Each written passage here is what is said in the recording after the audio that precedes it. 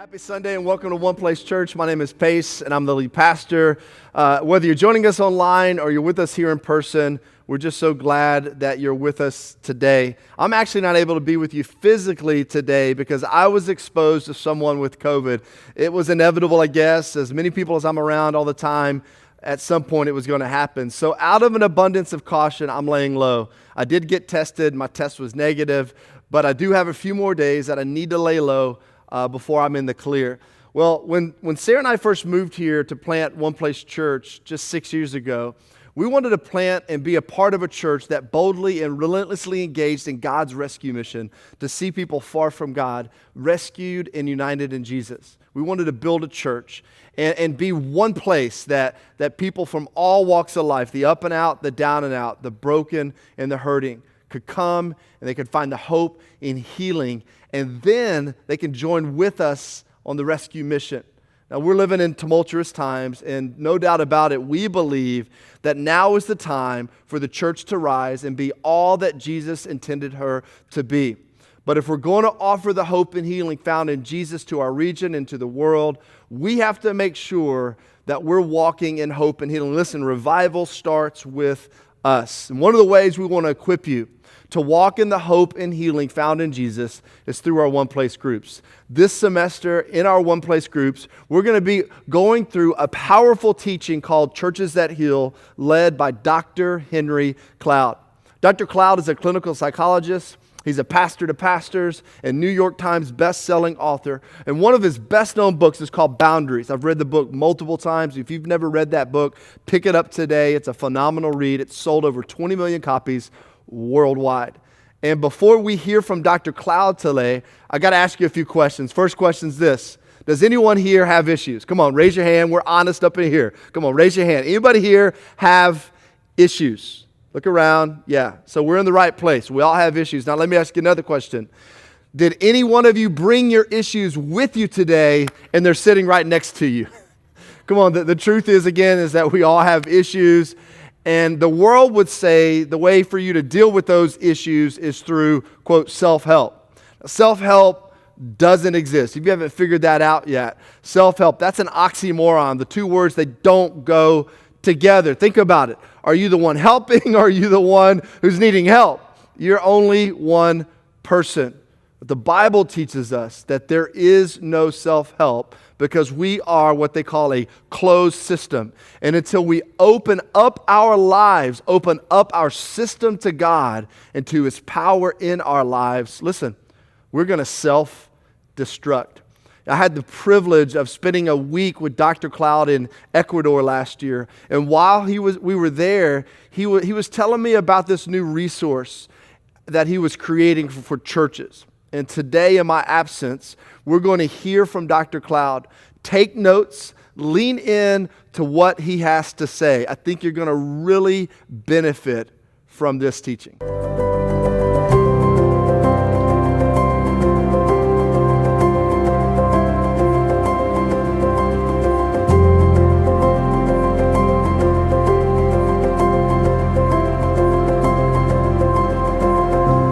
I'm going to start out in the first section. I'm going to call it the ingredients of growth. Now, if I ask you a question, how do you get over a depression? How do you get over anxiety? How do you get over stress? How do you get over an addiction?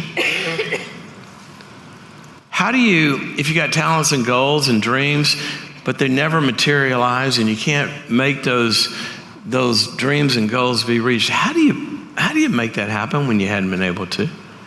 Now, if I ask you that question, we get 1,000 answers. Well, here's how you treat depression, or here's how you treat this. I want you, at the end of this first section, I want you to go away with a formula.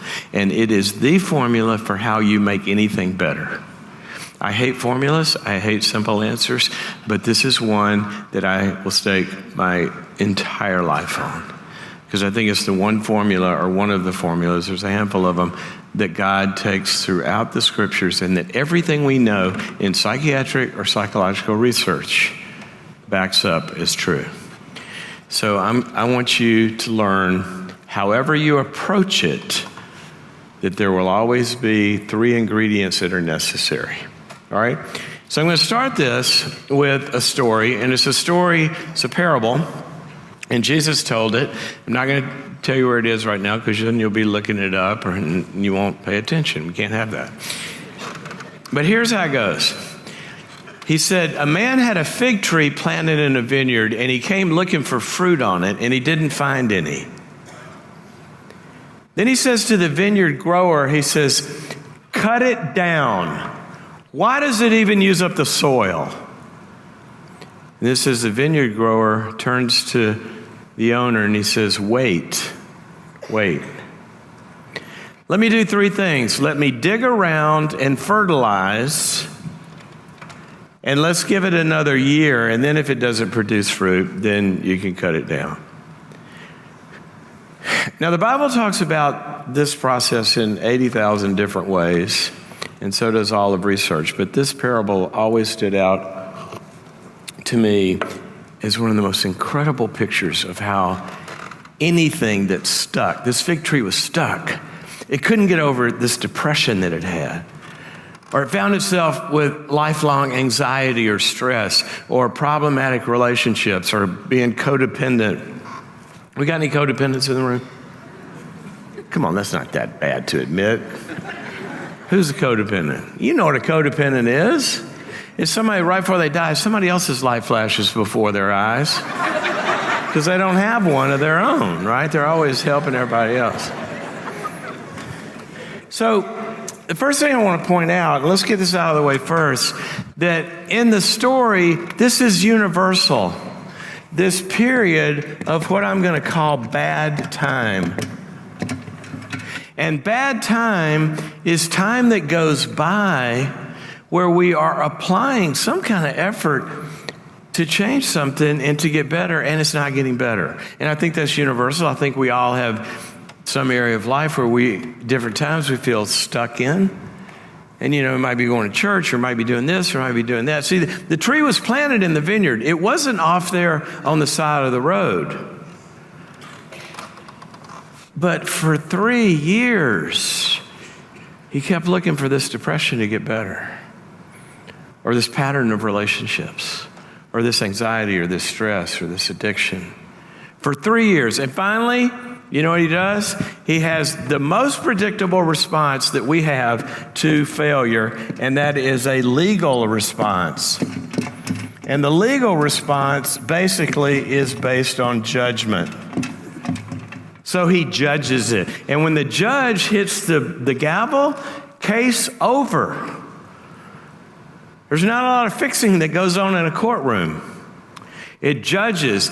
And what Paul says is every human was born underneath this law of God. Even people that don't know the Bible or know God's laws, they experience the experience of being under this thing called the law. Everybody has what C.S. Lewis called the experience of oughtness. I ought to be better. I ought to be able to do this. I should be. And then we pointed at each other. You should be. And you shouldn't have treated me like that. And you should be. And we judge each other and we judge ourselves. And as Lewis said, some people say, well, I don't do that. I don't have I'm tolerant. It's today's word. Somebody that says they have no expectations and they're tolerant, punch them in the nose and see if they really believe that. So the Bible is clear, and I want to get this out of the way in the beginning. The Bible is so clear, and every piece of research, every observation of any system that's ever studied human behavior, from psychology to psychiatry to human performance to philosophy and all religions, what you will notice is that inherent in the human condition is this judgment when we fail or someone else fails to meet our expectation. And Paul is so clear about what this feels like in the book of Romans. He says the law produces wrath. You ever been angry at yourself? You ever been angry at anybody else for failing you? Not being like they ought to be. For some people, this is their number one parenting style. Kid doesn't meet the expectation, what happens? An angry response. Not to mention marriage. Anger, guilt, shame, fear, and more than anything else, he says that the law makes the problem increase. So it gets worse. So, I want to start with, I want you to notice this tendency inside yourself when you're not, and you notice you're not like you ought to be, of what happens inside. If you go under judgment, and I say this with all the compassion in the world, you are stuck. And what's sad is a lot of Christians have given a theological permission term to this. When people feel bad about something they're stuck in, you know what we call it in the church? Anybody? When you feel bad about something, what do we say? Under conviction. No, that's not conviction. Conviction is something that God does. He's the messenger. There are a number of responses that we can have to that conviction. If we have guilt and shame, the Bible calls it a sorrow that leads to death. It calls it the response of a weak or infected conscience. We can have that guilt, bad, shame. I'm so bad, I need to be better. You look at a lot of sermons, not here, but you do an outline of a lot of sermons across America every Sunday morning. 3-point outline, no matter what the topic, no matter what they talk about. 3-point outline. God's good, you're bad, try harder.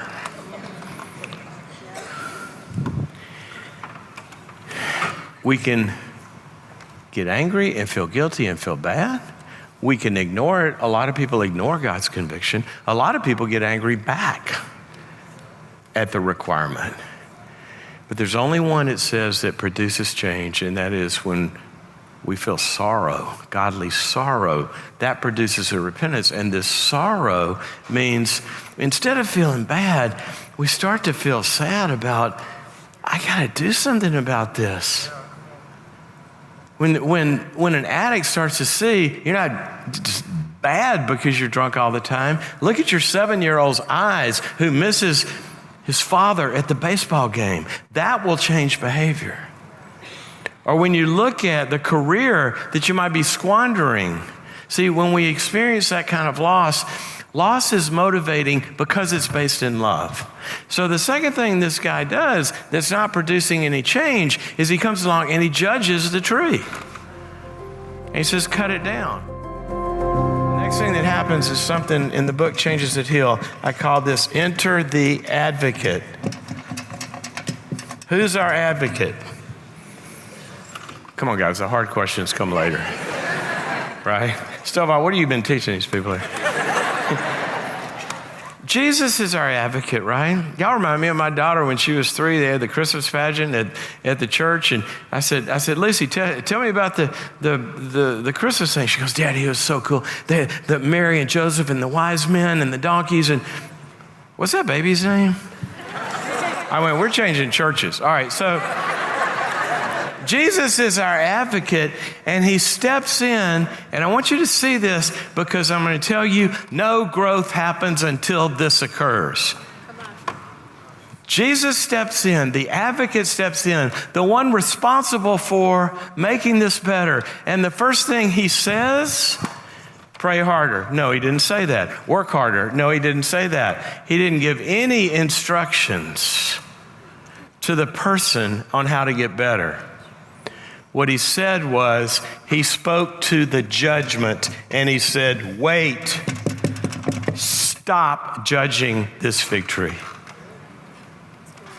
The gospel and all change begins with saying no to the condemnation for where you are right now. It begins by saying no to the condemnation for whoever it is you're dealing with.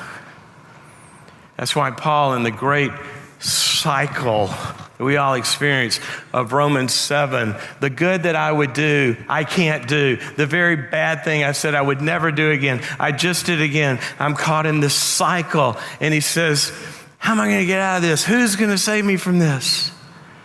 Well, more prayer, more Bible study. No. He says, thanks be to God. For Jesus, and then he says something amazing. This is the first step of getting better. He says, there is therefore now no condemnation for those who are in him. If you have reached out to Jesus, the first two lines of here are gone. And you know what? You're still screwed up. It's so funny, you watch people sometimes, an addict, or they got some kind of addiction, porn addiction or booze or whatever it is. I'll never do that again, and they get convicted. I'll never do that again, and then they get convicted, and they stay in this cycle over and over and over, and they go to church, and church says, you got to be holy and all this kind of stuff. And it doesn't work. And then somebody in the church that's been in recovery for a while, they've been there, and they go to a good recovery group, some 12-step group or AA or Celebrate Recovery or something that really understands this, and they say, hey, come to this meeting with me. And they walk into the meeting, and they got to say, hi, I'm Henry, and I'm a whatever-aholic. And you know what the people in the room do? Hi, Henry. There is no condemnation. And that's the first breaking of the cycle. So if you're depressed, if you're anxious, if you're addicted, whatever it is, I want you to find, number one, I want you to find your advocacy. And we have an incarnational gospel, and when Jesus walks in the room, God walks in the room, and a person walks in the room in one body. And what he said throughout the New Testament, and this is why it's so important. When I say the New Testament has all these processes that will heal us, what he says is in Ephesians 4 that as you get together and you're connected to one another, and we're doing the things we're going to talk about today for each other and with each other, he says the whole body connected by every joint and every sinew, when each part does its work, it heals itself. If you have an infected finger and you cut it off and you put it in a drawer with a book on anatomy, come on. Tell it to read the book. You got plenty of quiet time. You're stuck in a drawer. And the very book says, go sew the thing back on and get it connected to the body so the brain can organize what all the pieces are going to do. And the lungs take it new oxygenated power. And the liver cleans out. And the kidneys, and they do all this stuff. The kidney, oh my gosh, these different parts of the body, the immune system goes and it makes sure it doesn't get worse. And this body metabolizes the input from your broccoli. And it sends the right stuff down there. And the body heals it as the head is organizing this body. And it starts with that body looking you in the eye and saying, hi, we're glad you're here. We struggle too. And there's no condemnation in this room. So that's the first thing that you're going to have to find. And when you get there and you're in with a real person who understands the ways of God, and a real group and a real ministry that understands the ways that God heals people besides his supernatural intervention, the processes that he's given us to heal people, what you will find is that person or that group will embody no condemnation. We don't cut you down. We understand. Now, once we do that, what happens in the story? What happens in the story is he says, don't condemn it. Let me get to work. See, a lot of people want to claim their position in Christ. I'm accepted in Jesus just like I am. But there are other people that have to live with him. And they go, you might be accepted, but you ain't done, buddy. See, we got work to do. And he gives us the three ingredients that are going to drive that work. And he says, I'm going to dig around and I'm going to fertilize and I'm going to give it another year. A year is not one meeting, one retreat. You can't take a tree and dip it in the dirt once a weekend and expect it's going to grow. You got to plant it in a process where it gets watered over and over and over again. It gets pruned, it gets fertilized and all this. And what he says is, I'm going to do these three things. Now let's translate those into a healing process. What do we dig around for? What are we looking for? Let's go dig up what? The truth. We're going to dig up the truth. If you wreck your car or your car won't start, something's wrong, and you're like quoting car verses to it,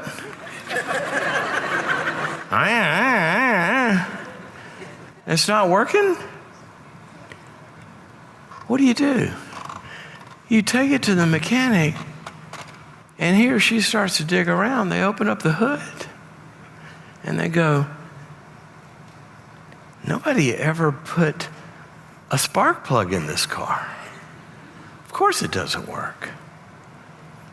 Or, when you had that fender bender or that wreck, it broke some wires. No wonder it's not working. And we dig around, we find the truth. But see, there's something else about that mechanic. That mechanic knows what they're looking for. So the truth is a standard that we're supposed to reach, and it's also the truth of where we are in relation to that standard. So don't go talk to idiots. Seriously. The worst thing we have probably in the church is what Jesus said over and over and over. You got the blind leading the blind. And most of the times they're selling their own denial system, no offense. I love you. You're awesome. She's just smiling. I bet you're the most open person about your issues, right? You want to come up here and tell us what's Go to somebody that brings something to the party. You ever had a party and you got guests that don't bring anything, but they'll come tell everybody else how to do it? Why in the 12 steps, why is the 12th step and go help somebody else? 2 Corinthians 1 says, the comfort that we have received from God, we go and give to others. You want to talk to somebody that brings some experience and truth. How many depressed people have they worked with? How much have they gone through? Are they better yet? So we got to have the truth of what we're looking for. We're going to talk about 4 areas of truth that these problems come from, the standards in a little bit. But I want to ask you, wherever you're trying to get better, let's say you want to lose 100 pounds. If all you got is the standard and step on the scales and feel bad and go try again, that's called a New Year's resolution. The best way, all the research shows this, the very best way to gain weight is to go on a diet. It's absolutely been documented so many times. So many times. We got to start asking the question, but why do you eat 14 large pizzas? What happened right before then? What feeling state were you in when you were compelled to go act out in that certain way? What were the triggers? Where did that woundedness come from that you're sleeping around to medicate? See, Jesus said to the Pharisees, you clean the outside of the cup, but you don't go inside. How many of you have ever been to a surgeon? God, y'all are a healthy bunch. How many of you have ever been to a surgeon that gave you a Band-Aid? I mean, they did later because they're going to cut you. They don't give you a Band-Aid. What they do is they start digging around and they find out what's causing this problem. I was with a couple the other day, and the husband is so defensive. She can't even say anything without him feeling like she's being critical. I go, that wasn't critical. What in your head makes it sound critical? And we start to look at what the Bible says about confessing the sins of your fathers, because that's his father's voice that he hears when she speaks, or his mother's voice, or the abuser's voice. And sometimes we got to do some digging around and find this. And then he says fertilizer. What is fertilizer? It's grace. So many Christians have such a shallow view of grace. Grace is not. Grace does not equal. God accepts me just like I am.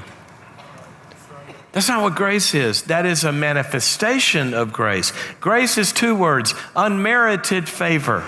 Unmerited means I don't bring anything to the party. I'm broken beyond repair. I can't fix myself. So somebody from the outside's got to step in. Fertilizer steps in, and it gives to the plant what it cannot produce on its own, that it needs to grow. We can't self-help. You don't see anywhere in the universe the perpetual energy machine. God's the only one that's self-sustaining. We all draw life from outside of ourselves. Whatever you need to get over, part of it is going to come from the outside, and then you have your own work to do, which we'll talk about. But you got to get fertilized. The Bible gives so much fertilizer, support, correction, teaching, modeling. I said to this husband, have you ever seen somebody listen to critical feedback and find it helpful and say thank you? He said, little tears in his eyes. No, I've never seen that. He said, when I got criticized, I used to just run for cover. I said, well, let me show you what it looks like. And I played his role and asked her to give me some feedback.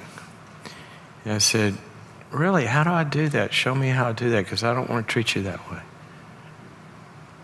Help me, I'm sorry, I wasn't. We just had a simple conversation, and the guy says, I can do that. Would that help?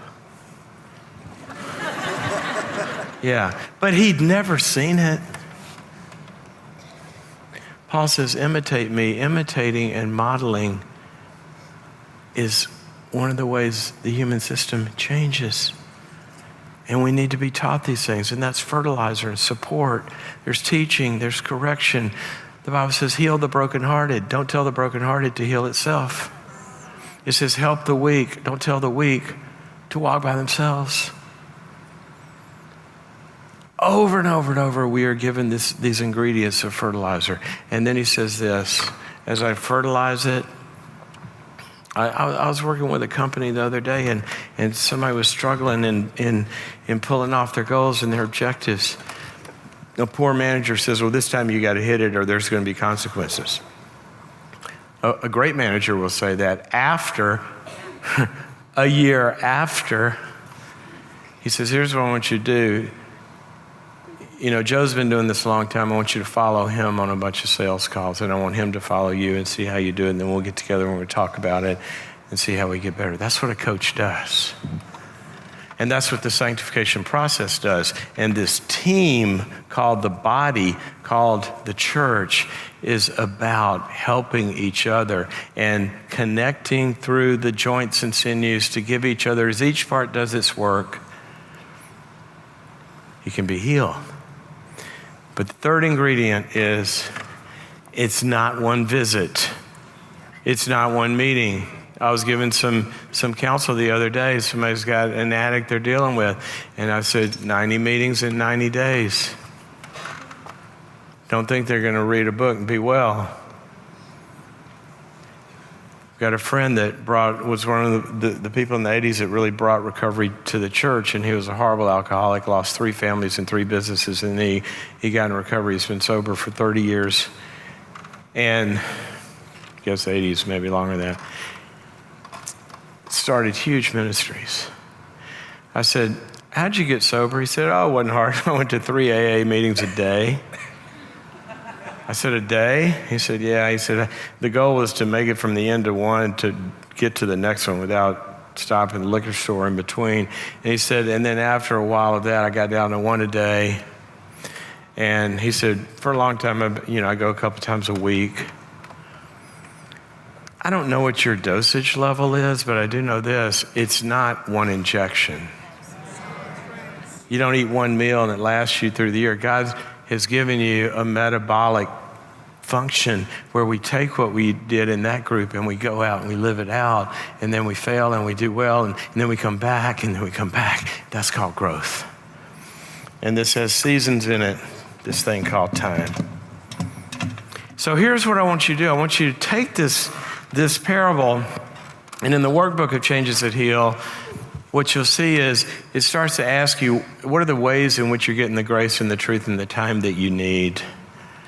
And it's also going to show you why it hasn't worked in the past, because you might have had 2 out of the 3 elements. But let me tell you this. God does not expect you to change by yourself, by your own knowledge, by your own strength, by your own wisdom. Oh my gosh, if we could, he would not have had to die.